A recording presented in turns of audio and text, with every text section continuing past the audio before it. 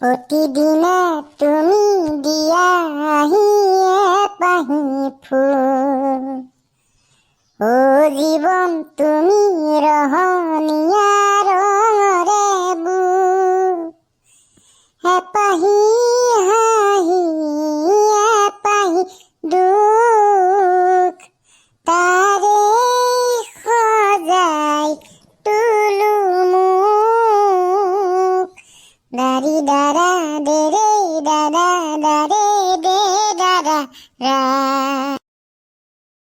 তহঁতে উৎপাত কৰি আছ ন? নহয় ছাৰ, আমি মানে এনেই আৰু। বাৰু ঠিক আছে, এতিয়া আমি ক্লাছ আৰম্ভ কৰোঁ।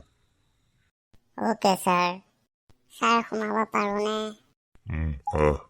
বাৰু ৰিমজিম, তোৰ আজি স্কুললৈ আহোঁতে কিয় দেৰি হ'ল? ছাৰ, মা আৰু দেউতাই দুয়োজনে কাজিয়া কৰি আছিল, সেইবাবে দেৰি হ'ল ছাৰ। তাতে দেৰি হ'ব লগা কাৰণ কি? মোৰ স্কুলৰ এপাত জোতা মায়ে হাতত লৈ আছিল আৰু এপাত দেউতাই লৈ আছিল ছাৰ। সেইটো কথা।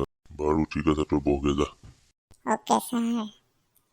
বাৰু প্ৰথমে ৰাজ, তই কচোন, এজোপা গছত 50টা আম লাগি আছিল, তাৰে 25টা আম সৰিলে, কেইটা আম থাকিব? ছাৰ, এইটো একেবাৰে সাধাৰণ প্ৰশ্ন। বাৰু একেবাৰে সাধাৰণ প্ৰশ্নটোকে উত্তৰ দেচোন। ঠিক আছে ছাৰ, শুনক তেন্তে, 50টা থাকিব ছাৰ। ঐ মূৰ্খ, কেনেকৈ থাকিব 50টা? ছাৰ, এবাৰ ভাবি চাব হা, তলত সৰি পৰিলে বুলি আম কঁঠাল হৈ যাব জানো? আমটো আমি থাকিব ছাৰ। তোৰ কথাটো মিছা নহয় বাৰু, হ'ব দে। বাৰু দীপু, তই কচোন, মহাত্মা গান্ধী, জৱাহৰলাল নেহৰু আৰু নেতাজী সুভাষ চন্দ্ৰ বসু, তেওঁলোকৰ কিহত মিল আছে? ছাৰ, আটাইকেইজনৰ চৰকাৰী ছুটিৰ দিনা জন্ম হৈছিল, সেইবাবে তেওঁলোকৰ মিল আছিল ছাৰ। একো এটা নাজান গাধ। গাধ নহয় ছাৰ, মই মহান ব্যক্তি ছাৰ। মহান ব্যক্তি? কেনেকৈ মহান হলি হা? কাৰণ মহান দাৰ্শনিক ছক্ৰেটিছে কৈছে, মই এটা কথাই জানো, সেইটো হৈছে মই একো নাজানো, সেইকাৰণে মই মহান ছাৰ।